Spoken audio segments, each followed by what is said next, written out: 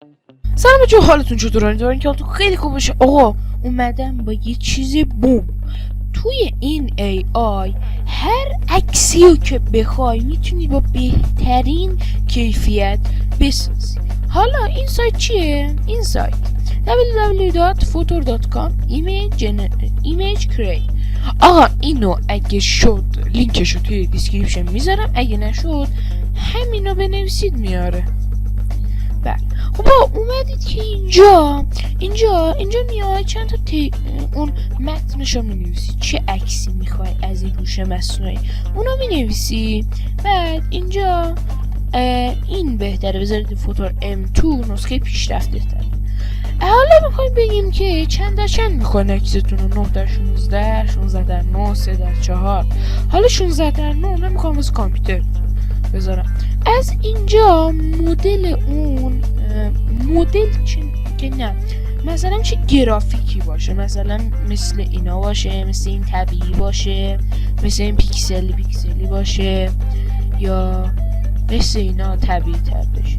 حالا هر کدومی که خواستیم میزنیم. من اینو میزنم. خب بعد میاین با اینجا هیچی نیست. ببینید شما اینجا اول 8 تا شانس ساخته عکس دارید. خب از اینجا میتونید بزنید که چند تا عکس میخواین توی هر سرچتون. حالا یه دونه از اینا کم میشه و میتونید دوباره شارژش کنید خودتون. خیلی هم راحت.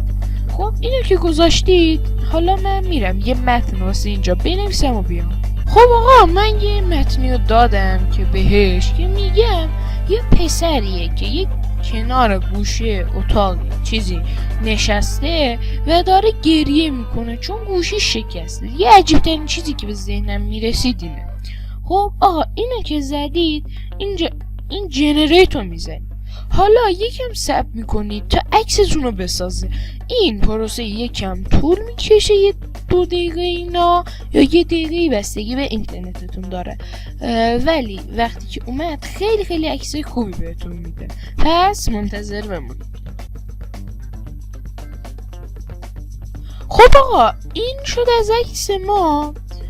به نظرم عکس خیلی هم خوبی ساخت، ولی خب دقیق‌تر میدادی یکم بهترتر میساخت. این باز عکسش خیلی خوبه، طبیعیه، اینه انسان، این آجرهاش هم خیلی خوبه، یه گوشی هم دستش. به نظر من خیلی AI کاربردیه. حتما ازش استفاده کنید و حال کنید دیگه. امیدوارم که خوشتون اومده باشه. لایک کردنتون نره. وقتی که لایک میکنید، چون شما ایرانید، لایکتون رو یوتیوب میپرونه. پس لطفا یه کامنت انگلیسی بذارید. خیلی ممنون. خدا حافظ.